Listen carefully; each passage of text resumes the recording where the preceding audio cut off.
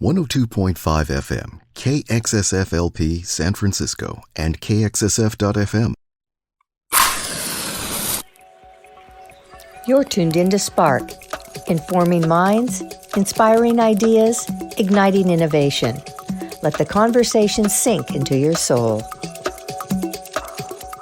This is Kelly Marlowe, host of Spark. If you believe in second chances, then you believe that there should be opportunities once you serve your time in prison and break the cycle of recidivism.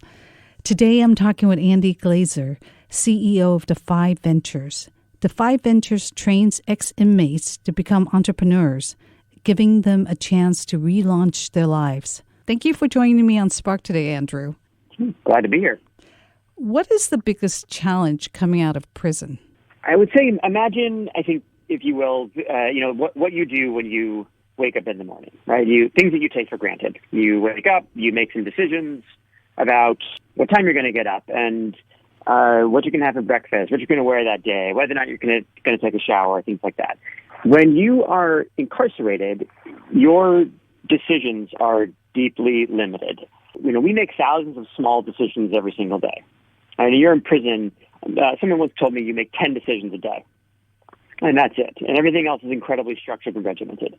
Coming back and reentering, just the nature of reentering from the incredibly structured environment inside prison, already you start off with this challenge. Now, think about everything that you've missed while you're inside.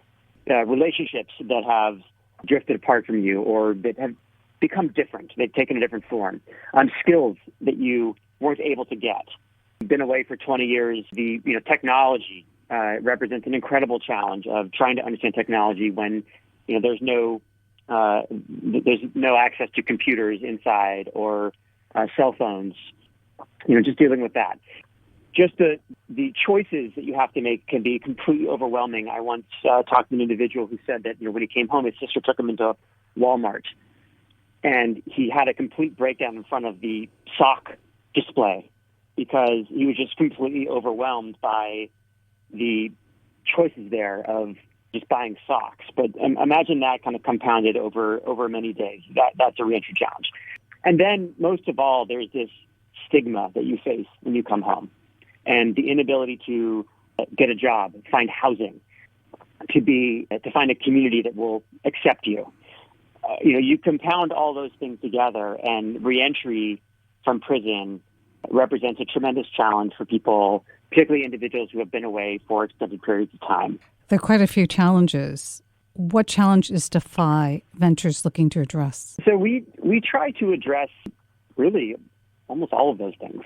We run a program that is an inside-outside approach. So our view is that reentry needs to start inside. Because if you wait till you get outside to start thinking about reentry, it's too late.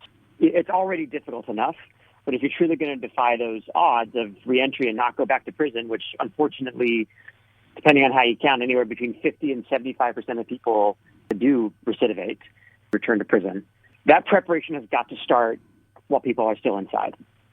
And so the program we run inside is equal parts entrepreneurship programming. So folks are learning business skills, personal development, taking accountability for the past, thinking about your mindset for the future, right? What do you believe that you are capable of? How do you want to approach life in reentry, or just life in general if you've got some time left? And career development, creating a resume, personal statement, learning how to interview, starting to think about the kind of jobs that you might want, understanding business etiquette, getting some exposure to technology, even if you can't do it inside. Our program, which we call CEO of Your New Life, or CEO YNL, it's about a 7-month intensive program. We have 1,200 pages of curriculum that they go through that we developed. It's instructor-led. And then we bring volunteers inside with us to serve as coaches and mentors. We have at least 2 significant volunteer events during a class. Certainly during COVID, that has been put on hold. But under normal circumstances, we would bring anywhere from 30 to 50 volunteers into the time with us. And we do coaching for our participants, which we call Entrepreneurs in Training, or EITs. spend a day inside where volunteers will provide coaching on resumes, on their personal statements, to a mock interview format. And then we also provide coaching on business plans, business concepts, as they work to develop a business concept, which then they will pitch to volunteers at the end of the program when we hold a Shark Tank style pitch competition inside prison. While the ideas that they come up with are often very creative and viable, what is more important is the ideas they generate about themselves, which is allows them to move from a mindset of, I can't, I'm not worth anything, to one of, I do have value, I do have something to offer, I do have unique gifts and talents that I can put to use in positive ways during the remainder of my term, but also when I am able to release and reenter society. So then when they come out, we are there to meet them when they return to the community so they can join the Defy community outside. And in that Defy community, we continue to offer programming initially around reentry and career readiness. So we'll do resume polishes and mock interviews. We have volunteers who provide coaching. And then we are building a network of employer partners to try to smooth the way for individuals to be interviewed for jobs. But we also prepare them to go and look for jobs themselves and get interviews. And then we have a pro-social community that's where we have community meetups once a month for them just to come and be in a place where they know they're accepted and supported, where both peers and volunteers and staff can support them in a successful reentry. Once they have stabilized in reentry, which is to say they have found a place to live and have basic income from at least a part-time job, then we would, for an entrepreneurship pathway where they can, if they'd like, if they would like to pursue the launch of a small business, then we have additional support and curriculum for development and launch of a small business. And ultimately, we hope to be able to provide a measure of seed capital for individuals who do go all the way through our selective accelerator program and are ready to launch a business. That's amazing, the levels of support that the 5 Ventures provide. It is a commitment to become an entrepreneur for anyone. Is Absolutely. The commitment or hurdle greater for the ex-inmates in your program? Yeah, so certainly, while we teach entrepreneurship as central to our program, we don't have an expectation that everybody that does our program is going to, pursue the launch of a small business, because entrepreneurship is really difficult. In reality, look, if we see 10% of the individuals who complete our programming actually launch businesses, that would be a home run to us. We're hoping next year, in the next 2 years, to launch between 50 and 60 businesses and to raise a fund to be able to provide seed capital to them.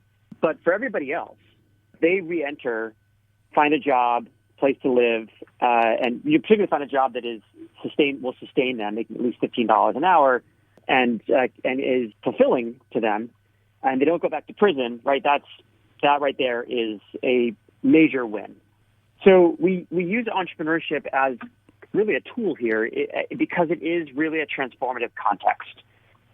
If you think of any entrepreneur that you've ever known, right, they had to believe they were capable of doing something, right? They had to believe they had those unique gifts and talents that somebody wanted from them, right, either as a product or a service. So when you meet people in prison, they've been in prison for a while. More often than not, they've lost their sense of self-worth and lost their sense of humanity as well, because prisons are very inhumane places. And when we meet them and they come into our program, we say, listen, you're not an inmate anymore. You're not a convict. You're not a criminal, because we don't work with criminals, right? We work with people who have admittedly made mistakes in their life, some pretty significant mistakes in their life. Many of them have done something really terrible, but they are still human beings. And restoring that humanity and giving them a chance to change the narrative about themselves, something they might have done when they were 17 or 18 or 20 or 21, right? And now they're 40. Right? They're not that same person now. And giving them an opportunity to say, who am I now and who do I want to be? Bring in a healthy dose of empathy and humanization when we bring volunteers in to provide some supports and through the curriculum, really doing some significant self-examination. And then you layer in this entrepreneurship idea of like, okay, so what is it, blue sky, what do you want to do? And then you force that that discussion of, hey, what are your gifts and talents that you can put to use as an entrepreneur? And then when they pitch that idea and they have people who are coming in to see them pitch that idea, and that is a tremendous validation of the fact that they have something to offer. And then when they come out, right, whether they want to be an entrepreneur or not, doesn't really matter. They still have gained these skills, and even if they don't become entrepreneurs, almost everybody in prison is entrepreneurial. What we call that is we create intrapreneurs, which are people who might go work for someone else and bring that entrepreneurial skill set and mindset to support another person's business. And it just means that they're self-starter. They bring initiative and creativity and perseverance and resilience into what they do. And those are all skills that also help in reentering successfully. So I love using entrepreneurship as an empowerment model. Are there certain kind of businesses that the ex-inmates have been most successful in after the program? Yeah, absolutely. So for our EITs who have released, our returning citizens, the businesses typically are more service-oriented. So we see barbershops or commercial cleaning, fitness-related, a lot of mobile-type businesses. Because, when the parameters we give them for their businesses are, it needs to start with less than $20,000 in startup capital, and it should be cash flow positive within 3 months. No storefronts initially, just to keep that overhead cost low. Sometimes we'll see like T-shirt companies or, we've seen some other really innovative stuff, a lot of food businesses, a lot of great cooks in prison. So, in our New York chapter, we've got catering, cupcake business, cookies, things like that. The ideas are pretty simple, but they're not, the program is not designed to find the next unicorn startup that's going to turn into like Slack or Uber, right? It's really to help people create community-based businesses that in some cases can scale up where they can employ others, hopefully other formerly incarcerated individuals. But those are the kinds of businesses that we see. And that's why, when we look at seed capital, we're trying to raise enough money to be able to provide up to $10,000 of seed capital to help a business launch, because that's a significant amount of money for people to launch a business. A lot of people launch businesses with far less than that. It's great to hear that they do have funding and support after the program, because it would be very difficult to be told that you can do all these things and be trained to do it, but then not have the resources and the support to execute it. So it sounds like after the training, they do have access to funding and support to make sure that what they have learned and what they're creating will have a path. Yeah, and a lot of it's about a network, right? I mean, our volunteers, we have a tremendous network of volunteers, primarily from the business community, who want to continue to support people and put their skills to work to help the DeFi EITs, with their both inside and outside, with the continued development of their skills. And the business community, the reason why we really look for people from the business community to be part of our volunteer business, because what we believe is that we cannot solve this issue of mass incarceration and recidivism and return to prison rate without the business community. If people cannot find employment when they come home, they're very likely to return to prison. And how are you achieving that with the business community? So a couple of ways. One is that we invite them to come into prison with us, 50 at a time, right? Nothing changes people's perspectives faster than spending a day in prison with us and meeting individuals and having a human experience and recognizing that we're all individuals and we have far more in common than separates us as differences, and that they meet people inside who they recognize made some, serious mistakes when they were much, much younger, and now are really hungry for an opportunity to do well and to do good. Everybody in prison isn't an axe murderer who's, who is, going to be a danger to them and their employees, right? So my understanding is you have all these young people who made youthful mistakes. Now they have this permanent criminal record that's following them everywhere they go, whether they're trying to find housing, trying to find a job. How do they overcome the fact that this record is always going to be checked? Yeah, well, this is where it's so important for the business community to start to change their perceptions and practices. So we want businesses to see that this is an untapped talent pool for their workforce, and that these individuals will be great additions to their workforce, and that they're not going to bring any kind of heightened risk and danger in, because that's just not what we see. And certainly there's no data to prove that out. And the other thing is, to your point on background checks, unless people are doing what's called a live scan, which goes all the way back to childhood, right, the entire lifetime of criminal history, most background checks really only go back 7 years. It's kind of a newsflash to employers. You probably have somebody working for you with a criminal history and you just don't know about it. But 7 years is a long time to wait. Well, but if you come out of prison and your offense was 20 years ago, you will not pop on a 7-year background check. But let's say if you just got out and you have this record, you don't want to be sitting around for 7 years before you can get housing and job and so on.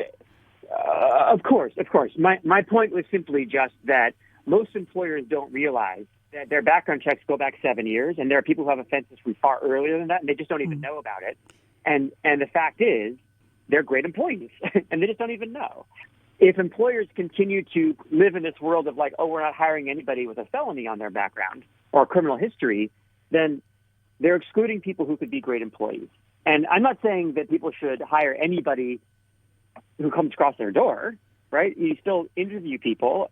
What I'm saying is that if they employ more of a fair chance approach to employment, that starts to offer individuals coming out of prison a fair chance for employment.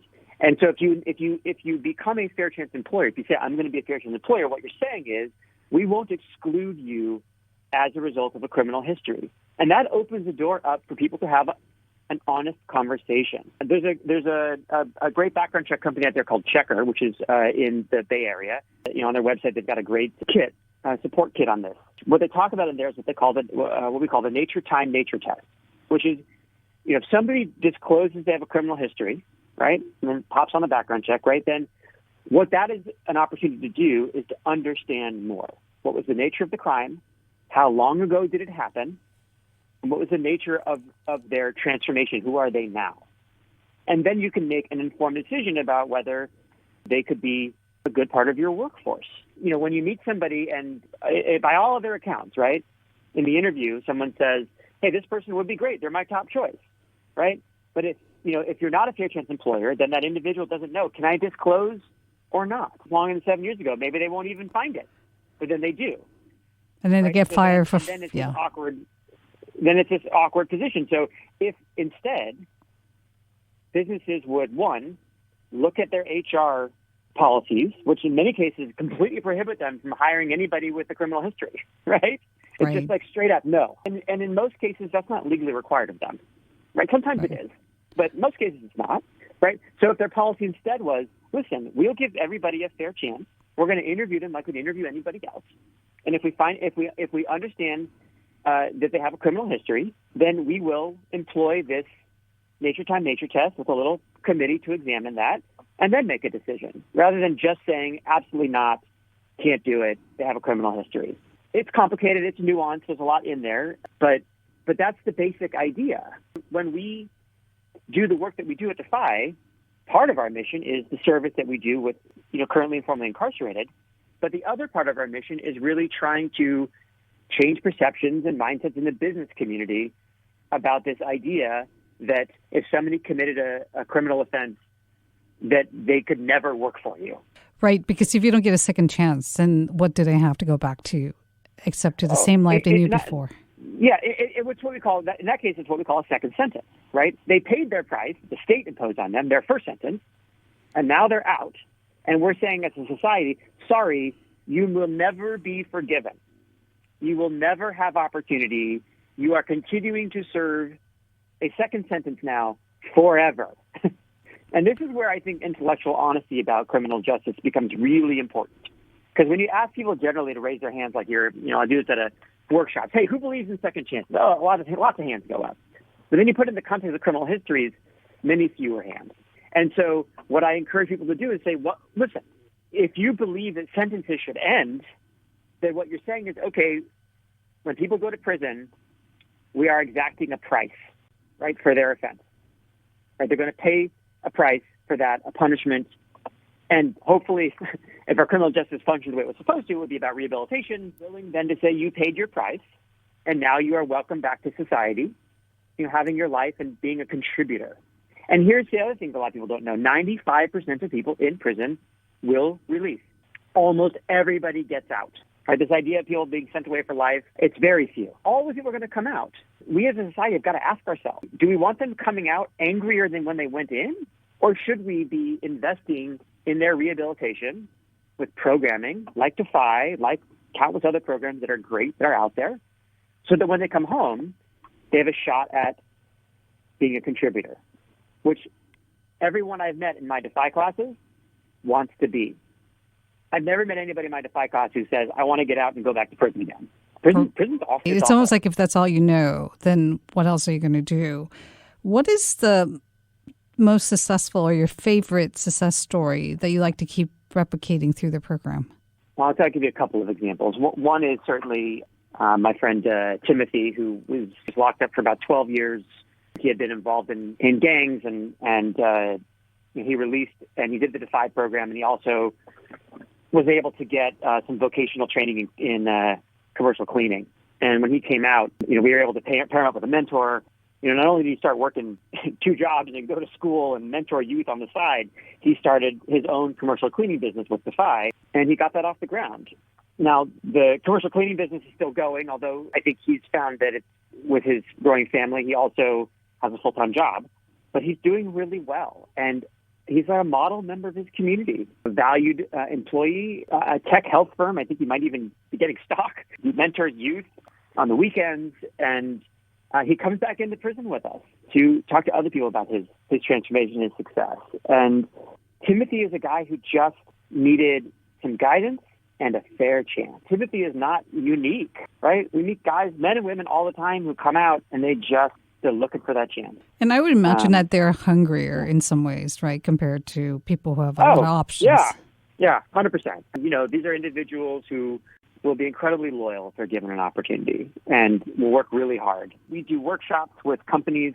We come do a fair chance hiring workshop to kind of help people really think through what this means for them and to start really doing some critical examination of their own views on these things. This is a group of people, a population that if they've done the work inside, they deserve that fair chance. And that's why it's so important that employers are open to have that conversation and make it clear up front that, hey, listen, if you have a criminal history, please disclose that so that we can have a conversation. We won't exclude you on the basis of your criminal history. Right? And then that makes it possible to have that conversation versus somebody coming in as a job candidate. Is this person going to exclude me because of my criminal history or not? And, ban the box is great. And in California, we have ban the box and many other states. But ban the box only works until that conditional job offer happens when everybody runs a background check. But then they run the background check, they find it, and then they exclude the person. They find some reason to exclude the person. So it's different when a company says, listen, we're a fair chance employer. We won't exclude you on the basis of your criminal history if you are otherwise qualified. We will have that conversation with you. Now, some companies may say, listen, we can't have sex offenders here, right? We're going to draw a line there. Fine. I would say be upfront about that if you're saying you're a fair chance employer. However, we're not able to, certain classes of offenses won't work for us. Well, you make a really good point. If you can have this conversation early and expectations are set on both sides, then it's easier to proceed forward, with complete transparency. Exactly. And know what's going to work for both parties. We certainly coach our graduates when we help them develop a personal statement for the purposes of interviews. So we coach them to disclose. We recognize there's nuances there. In the world we live in, it's not always going to make sense for them. When it's a fair chance employer, who says up front, we're a fair chance employer, then they have this opportunity to say, look, let me tell you about myself. I haven't always been the person you see in front of you. I made some serious mistakes when I was much younger. I grew up in this area. I ended up running with a bad group of people and went down this road. I served time. Let me tell you what I did to transform myself. Right? And then there's an opportunity to build trust up front.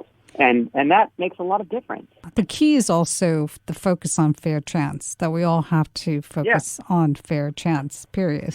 And what does that mean to us, right? And that's where that critical examination of perceptions and beliefs really is important. Some people say, we're a fair chance employer. We'll hire anybody with a nonviolent criminal history. I push hard on people to say, why? Why nonviolence? Like, what does that mean? Like, what do you think a violent conviction means? Because there's people with a violent offense on the record who actually never hurt anybody. And there are people with violent offenses who, if you meet them, tell you about themselves and who they are, and then they tell you what happened. You're like, oh, okay, I'd still hire that guy. It's about fear, right? Because yeah, absolutely, and emotion, right? Fear, emotion, anger, politics, all those things, right? And risk, right? And so, as an organization, we love partnering with employers because that gives us an opportunity to de-risk, right? Because they know our program. They meet the people who go through our program. They say, hey, listen, we'll interview people who have finished the Defy program because we know something about them now. Right, because you will only send those who are prepared. We'll send people who have graduated our program. That means they've done 7 months of work with us, 15 hours a week, interacted with volunteers, and they know they're supported. So it is a way to kind of crack that open to say, listen, you want to be a fair chance employer and partner with us? Great. What is the success rate for those who have gone through the Defy Ventures program? On an employment basis, we've seen about 85% remain employed after 3 years, compared to 73% for nationally for criminal histories. Recidivism, which is say that return to prison rate, our rate of return to prison after 1 year is less than 10%. The national rate is 30%. 3-year return to prison rate nationally is at least 50%. That's how we're doing. Well, it's just inspiring to hear of Defy's empowerment model. Where can people find more about Defy Ventures and how they can make a difference? Take a look at our website, defyventures.org. See all the various programs on there. We are running virtual programming for our folks who have been released, our post-release, both business coaching, career readiness type workshops. We have an accelerator program, so for folks who are a little more further along in their careers as entrepreneurs or as business leaders, if they want to get involved with our more advanced business programming. We have programming running 8 states right now, hoping to expand to a few more states in 2021. Thank you for sharing your empowerment model through Defy Ventures, and thank you for being on Spark today. Well, thanks for having me. It's great to be able to talk about this. I really appreciate it.